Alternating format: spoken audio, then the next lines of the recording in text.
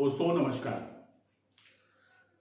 आज की live class में आप लोगों का स्वागत है।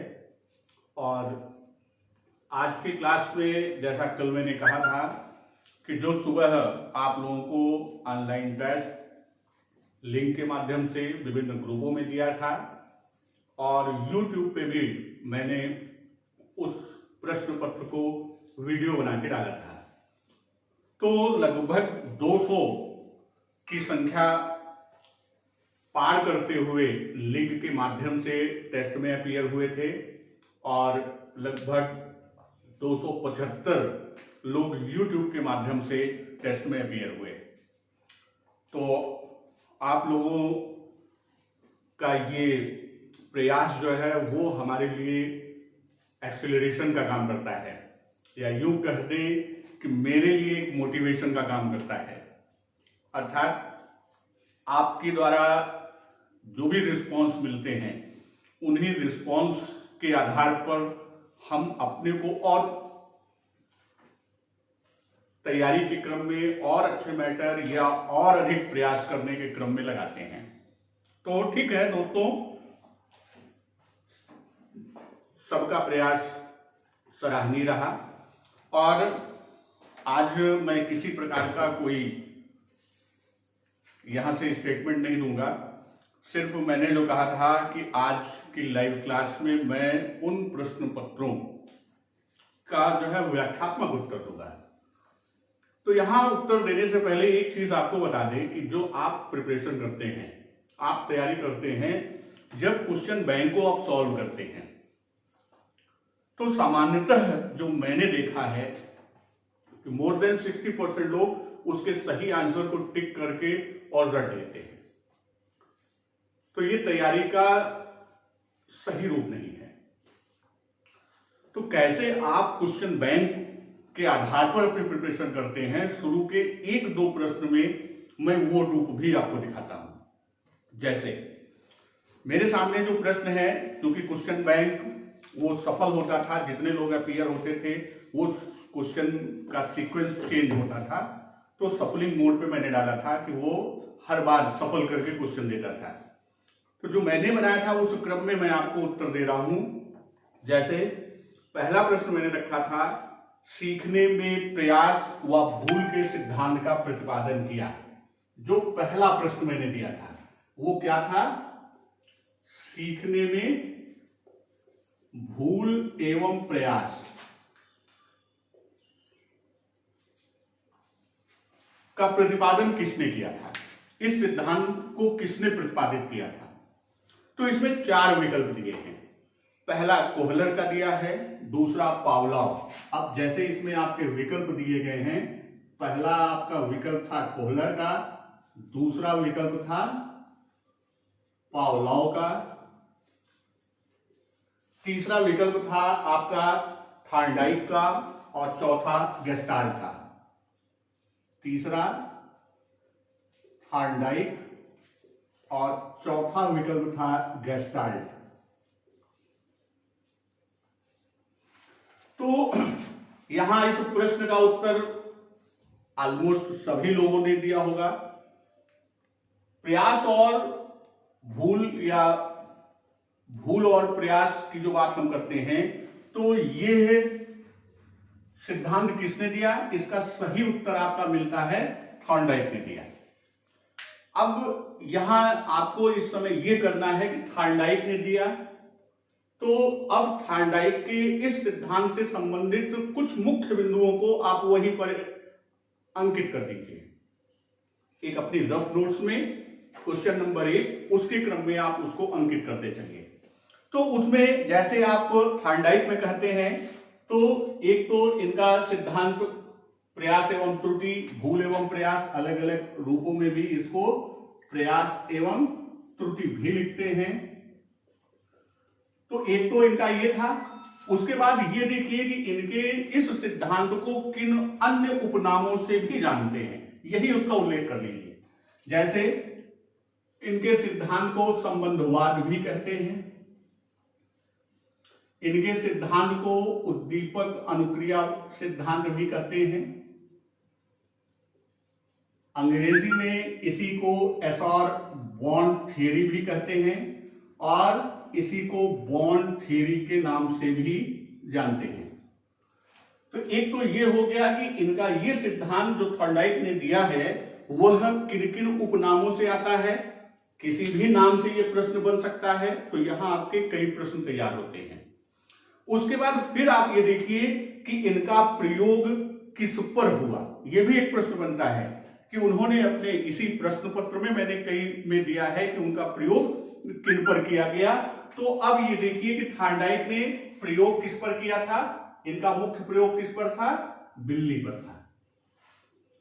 इनके कभी कभी ये भी पूछता है कि जो पिंजरा लिया था वो उसका नाम क्या था, वो था पजल बॉक्स, अर्थात इसी को क्या कहा, पहेली पिंजरा।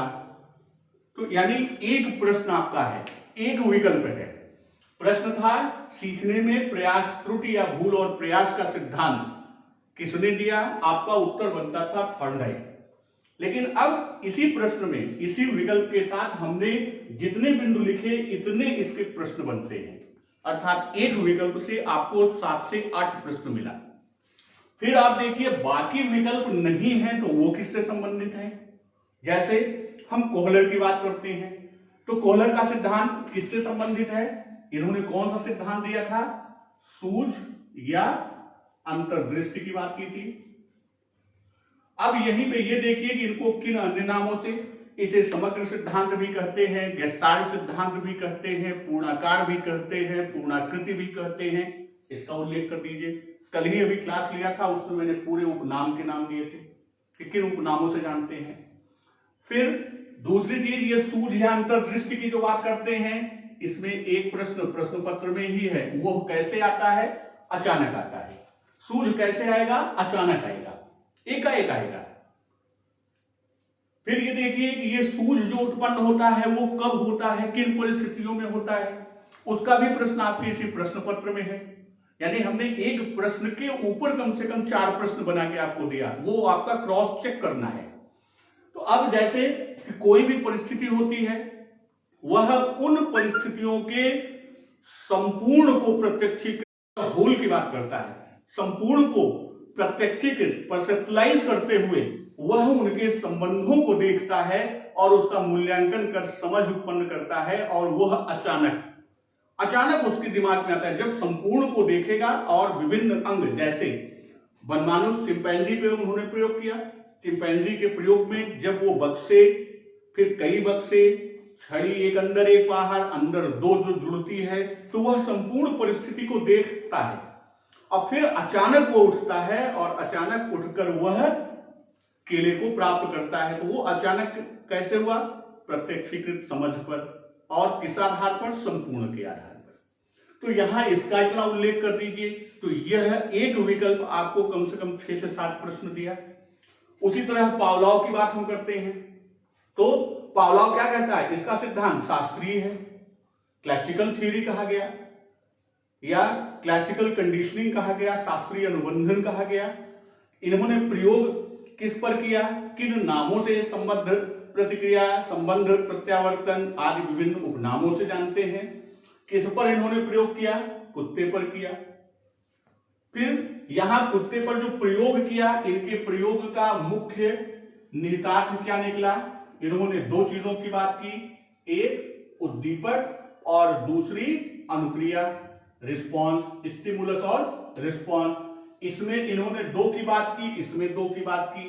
एक को कहा स्वाभाविक और एक को कहा अस्वाभाविक। उसी तरह फिर स्वाभाविक को इन्होंने क्या कहा था, जो अनकंडीशनड स्टिमुलस है, यानी इसे क्या कहा, अननुबंधित उद्दीपक, इसे इन्होंने कहा यूसीएस, और जो अस्वाभाविक है ये कंडीशनड है, इसे सीएस कहा। उसी तरह यहां पर क्या है, स्वाभाविक अनुक्रिया और अस्वाभाविक अनुक्रिया। इसे अस्वाभाविक अनुक्रिया क्या है, कंडीशनड रिस्पॉन्स है, इसे इन्होंने सीएस कहा, और इसे इन्होंने सीआर कहा, और इसे क्या कहा, यूसीआर। तो इस तरह आपके एक प्रश्न में देखिए कम से कम 15 से 20 प्रश्न मिल जाते हैं। तो आपको प्रश्न हल करने का तरीका ये होना चाहिए। तो ये तो हमने पहले प्रश्न के 3 विकल्प को लेकर दिया। तो ये एक प्रश्न में इसलिए इस तरह आपको व्याख्यायित किया कि आप अब प्रश्न पत्र को हल करिए।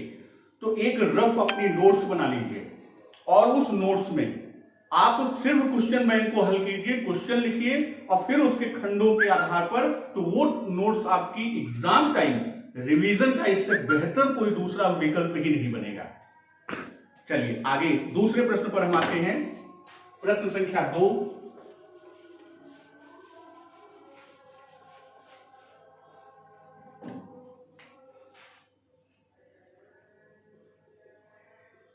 प्रश्न संख्या 2 क्या कहता है? क्रिया प्रसूत अनुबंधन सिद्धांत का प्रतिपादन किया। इसमें विकल्प दिया है हल ने, थॉर्नडाइक ने, कोहलर ने या स्किनर ने। तो स्वाभाविक है इसका उत्तर स्किनर। अभी थॉर्नडाइक और कोहलर की बात कर दी हमने। इसमें 2 बचे, हल और दूसरे स्किनर। तो हल ने जो है वो प्रबलन का सिद्धांत दिया था। जो हल का सिद्धांत है वह कौन सा सिद्धांत है? वह प्रबलन का सिद्धांत है। और हल के प्रबलन सिद्धांत को गणितीय सिद्धांत भी कहा गया, अर्थात वह क्रिया प्रसूत नहीं दिए। तो बचा कौन? स्किनर। तो अर्थात क्रिया प्रसूत अनुबंधन सिद्धांत का उत्तर क्या होगा? स्किनर। अब इनका प्रयोग किस पर हुआ? चूहे और कबूतर पर। इसी को नैमित्तिक और साधनात्मक अनुबंधन सिद्धांत भी कहते हैं। फिर तीसरा प्रश्न आपका आता है। प्रश्न संख्या 3 की बात हम करते हैं। प्रश्न संख्या 3 कहता है निम्न में से कौन सा विकास का सिद्धांत नहीं है? विकल्प आपके दिए हैं अनुकूलित प्रत्यावर्तन का सिद्धांत, निरंतर विकास का सिद्धांत, परस्पर संबंध का सिद्धांत और समान प्रतिमान का सिद्धांत। तो इन विकल्पों को अगर आप ध्यान से देखेंगे तो इन विकल्पों में आपके सामने जो है, जैसे निरंतर विकास का सिद्धांत, ये विकास के सामान्य सिद्धांत के अंतर्गत है। परस्पर संबंध का सिद्धांत, ये भी आपके विकास के सिद्धांत के अंतर्गत है। और समान प्रतिमान जो प्रजातियों की बात करता है कि एक ही समान गुण विकसित होते हैं, वो आपका विकास का है। और अनुकूलित प्रत्यावर्तन जो पहला विकल्प है वह अधिगम का सिद्धांत है, न कि विकास के अंतर्गत है। तो इसका विकल्प कौन सा सही हुआ? पहला, अनुकूलित प्रत्यावर्तन का सिद्धांत। इसी तरह प्रश्न संख्या 4 की बात करते हैं। प्रश्न संख्या 4 क्या कहता है? प्रश्न संख्या 4 निम्न में से सीखने के मुख्य नियमों में शामिल नहीं है। विकल्प आपके दिए गए हैं। पहला तत्परता का नियम, दूसरा बहु अनुक्रिया का नियम, तीसरा अभ्यास का नियम और चौथा प्रभाव का नियम। तो इस पहली चीज, ये सिद्धांत मुख्य नियम दिया किसने? थॉर्नडाइक ने दिया।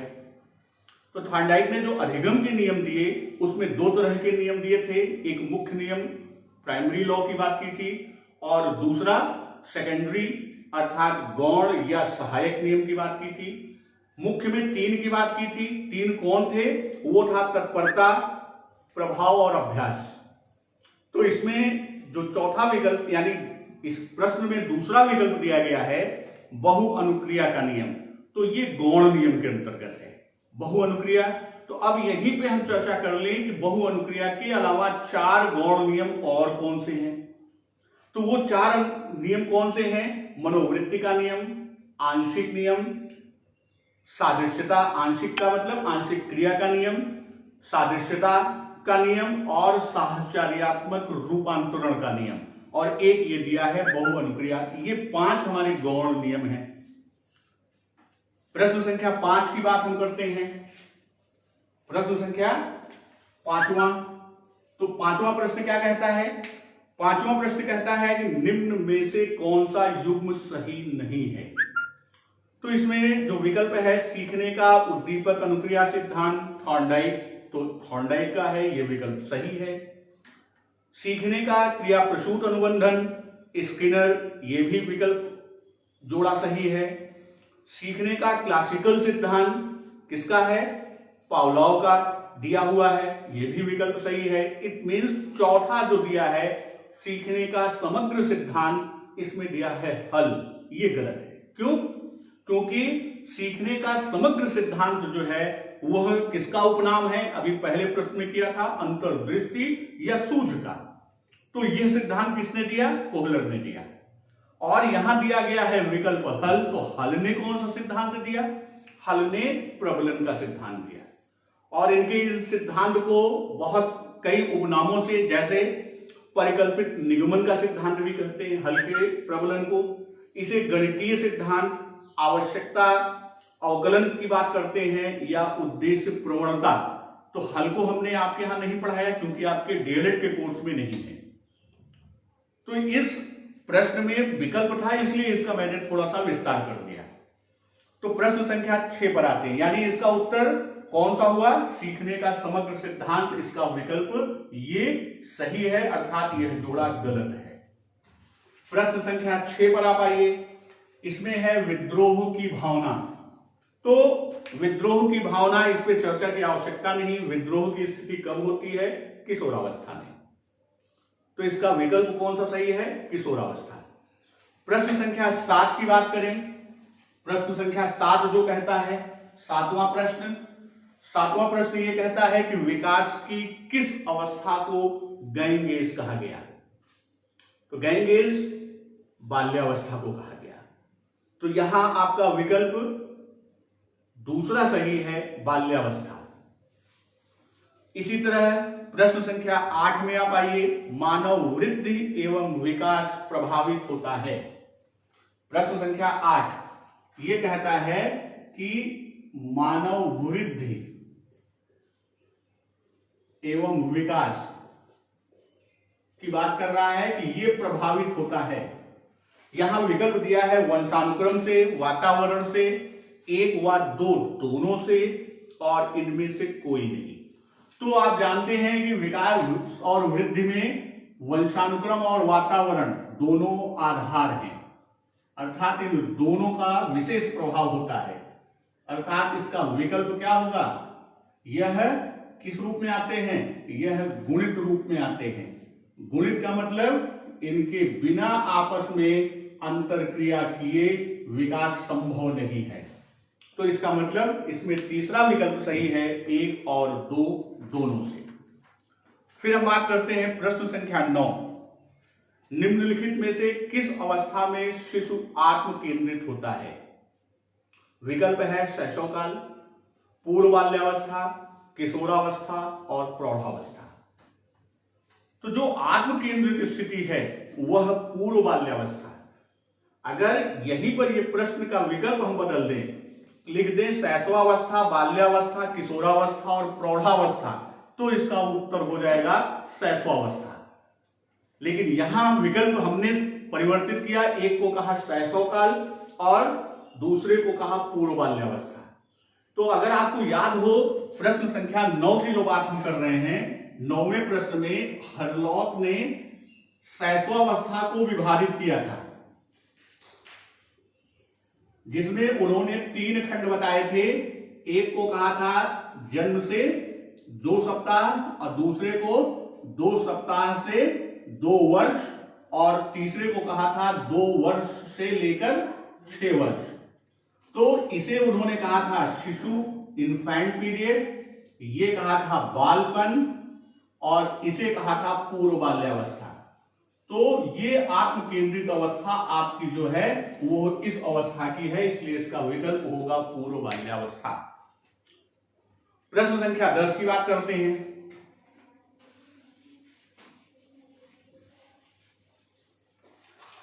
प्रश्न संख्या 10, अब इसमें जिसमें हमको विशेष व्याख्या की जरूरत होगी उसी में करते हैं, बाकी सामान्य प्रश्न है। तो 10वां कहता है कि किस अवस्था में शिशु आत्म केंद्रित, 9वां था, 10वां है विकास का सिर पदाभिमुख दिशा सिद्धांत व्याख्या करता है। बहुत प्रश्न में ही उत्तर छिपा है, सिर पदाभिमुख यानी सिर से पद, पैर की तरफ, और आपका उत्तर भी दूसरा विकल्प है, सिर से पैर की तरफ।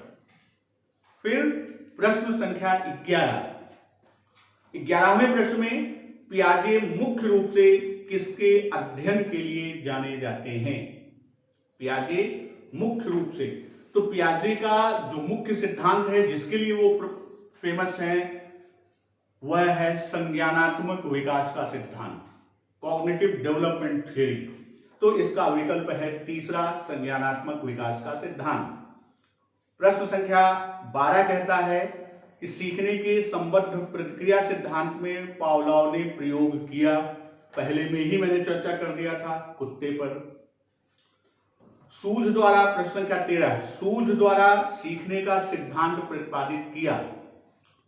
तो यह सिद्धांत प्रतिपादित किया किसने? कोहलर ने, पहला विकल्प सही है।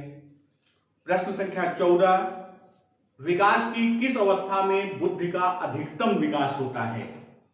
तो अगर आप विशेषताओं को ध्यान में दीजिए, जब किशोरावस्था पढ़ा रहा था तो वहां विशेषताओं में दिया था कि बुद्धि का अधिकतम विकास, जिसमें तीनों अवस्थाओं की बात किया था कि शैशवावस्था, फिर बाल्यावस्था और फिर किशोरावस्था। तो वहां शैशवावस्था की बात की, बाल्यावस्था में समलिंगी की बात की और किशोरावस्था में विषमलिंगी, अर्थात यहां उसका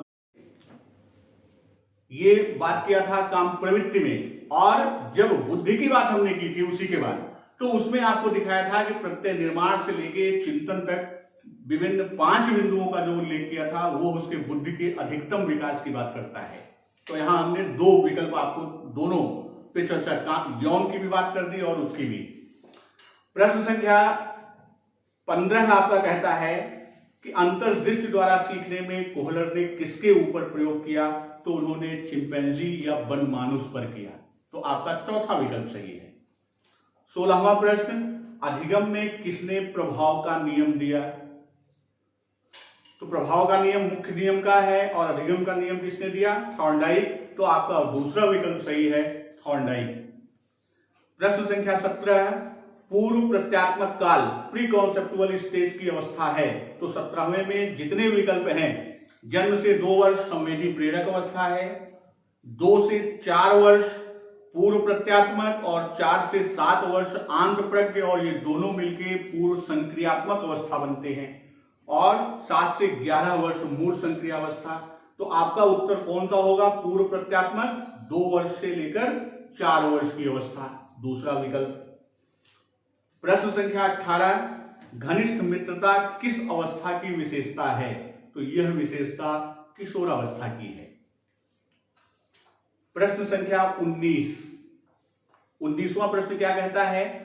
मनुष्य को जो कुछ बनना होता है, मनुष्य को जो कुछ बनना होता है प्रारंभ के 4-5 वर्षों में ही बन जाता है। यह किसका कथन है?